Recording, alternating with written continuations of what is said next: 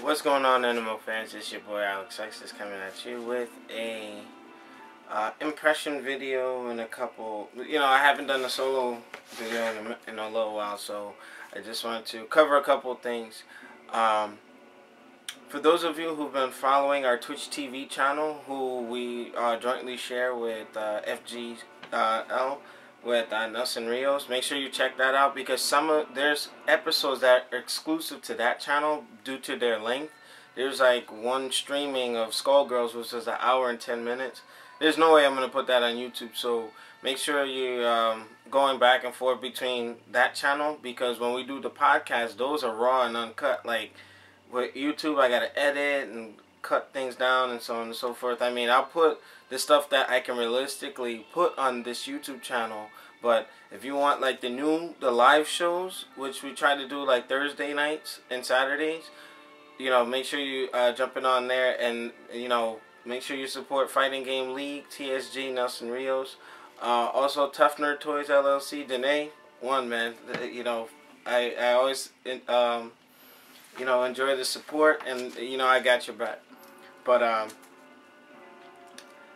topic of discussion for today is the Asura's Wrath DLC, the true ending.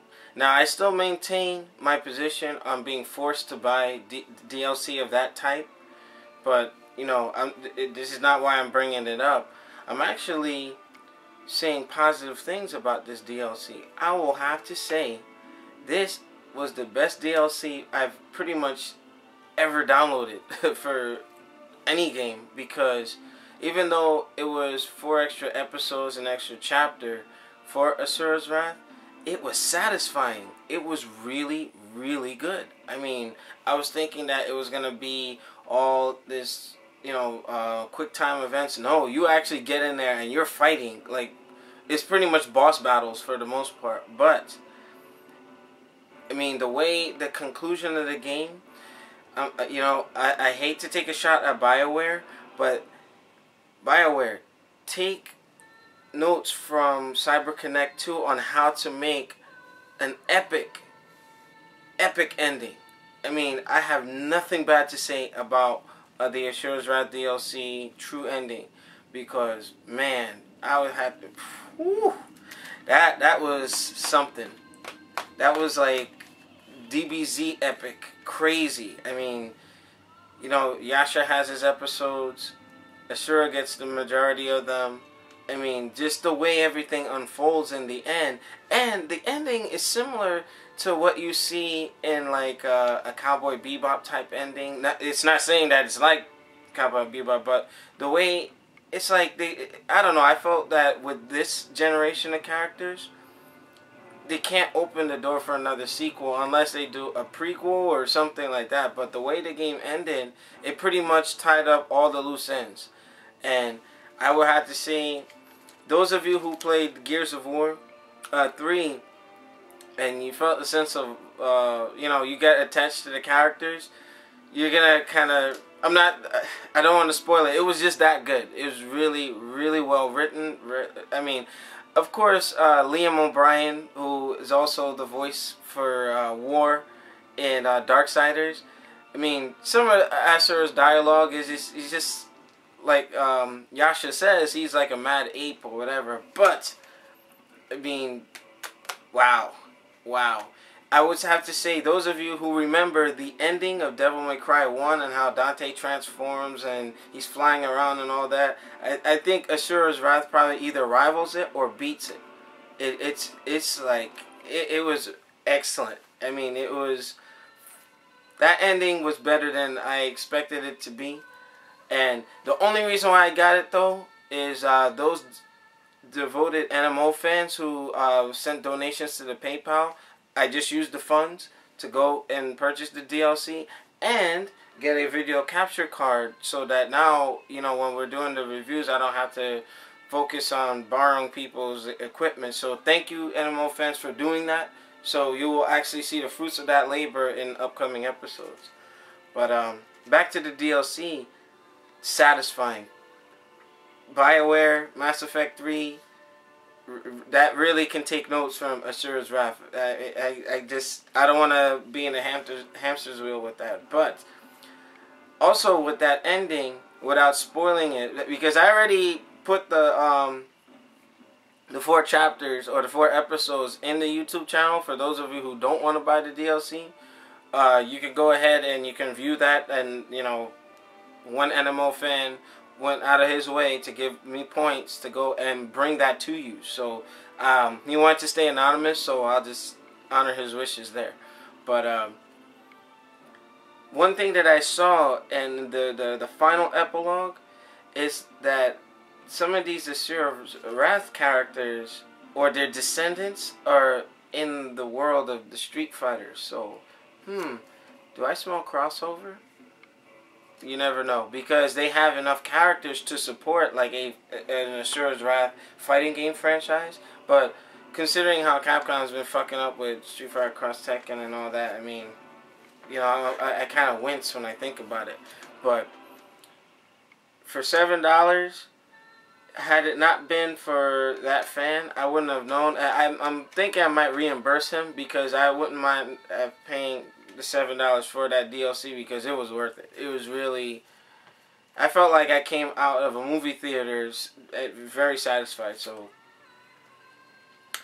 yeah, moving on to the next topic, DOA 5, the trailer and the alpha demo. I was supposed to do this way back when, but I've been busy with real life stuff. So here we go. There was a new trailer with the Hot Zone. You have our beautiful assassin versus Bayman, and Bayman looks a lot like a current military soldier. I mean, I like how they really modernized the whole look and feel of the game. Like they're in a battlefield, the Hot Zone looking like they're in the Middle East, and Bayman's looking very close to Chris Redfield. I wonder what that is all about. But I mean, he looks and moves the same as he did in the past. And I'm sure they've added a couple of things, rearranged, tweaks, so on and so forth. But I'm calling it right now. DOA 5 is going to be Fighting Game of the Year. Me and Shinwa were discussing that. I would not be surprised if DOA 5 took it. Because considering how cinematic, how dramatic the backgrounds are, they just took what made DOA franchise great and expanded it. I mean, there's nothing... No other fighting game that I've seen that took the level of stage interaction to the level that Tecmo has done with Team Ninja. So, I mean, that's going to be really interesting. But, shifting gears again, those of you who want to be participating in the podcast, please let me know when you're available, because I have to tailor the schedule because people are working or in school or things like that, like myself. So I don't want to kind of hold somebody to it, and then when we're doing the live podcast, oh, this person couldn't be here. So just let me know what your availability is, and we can work that. I actually want Black Dragon, Cool Breeze on our next podcast. I know we've been doing like the email tagging back and forth, trying to get that worked out, but Black Dragon, I'm aware of you. You know, I hear you loud and clear, so we'll get that. But to wrap this mini short up, you know, like I said, I was against this DLC thing, but considering what you're getting and how good it is, if they drop the price, fine. But if you don't want to buy it, you know, make sure you check out the channel. I put everything there for you to see. But you'll come to find that I think the one final battle that kind of rivals that I've played was Final Fantasy VII versus Sephiroth, Cloud and Sephiroth. But this one, I think, takes it to another level. So let me know what you guys think. Was those of you who purchased the Asura's Wrath DLC, was it worth it? And those who are still on the fence, I mean, even if you see what I put in the channel, it's worth it to play it. It's that damn good, you know. I mean, what can I say? What can I say?